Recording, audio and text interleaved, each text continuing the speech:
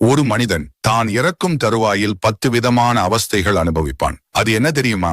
முதல் அவஸ்தை பிணம்படினாரும். இந்த அவஸ்தை இருப்பவர்களிடம் ஒரு விதமான நாற்றம் இருந்து கொண்டே இருக்கும். அவர்கள் மலஜலம் கழித்துவிட்டு வந்தாலும் அதே நாற்றம் தொடர்ந்து அடித்துக் கொண்டிருக்கும். இரண்டாவது அவஸ்தை நலம் பேசுவார்கள். திடீரென எழுந்து உட்கார்ந்து கொண்டு அருகில் உள்ளவர்களிடம் நீ எப்படிமா இருக்கிற, அம்மா நல்லா இருக்கா என்றெல்லாம் பேசுவார்கள். சொந்த பந்தங்களில் உள்ளவர்களை பற்றி திடீர் என்று நலம் விசாரிப்பார்கள். மூன்றாவது அவஸ்தை சித்தம் கலங்கும். இந்த சித்தம் கலங்கியவர் பயத்துடனே அக்கம் பக்கம் பார்த்து மிரட்சி ஆவார்கள். உள் பயம், அதாவது பேய் பயம் என்று சொல்வோம் அல்லவா, அதே போல ஒரு விதமான பயத்தில் இருந்து கொண்டே இருப்பார்கள். நான்காவது அவஸ்தை பெருமூச்சு வாங்குவார்கள். இவர்கள் பேசிக் கொண்டிருக்கும் பொழுது பெருமூச்சு வாங்குவார்கள்.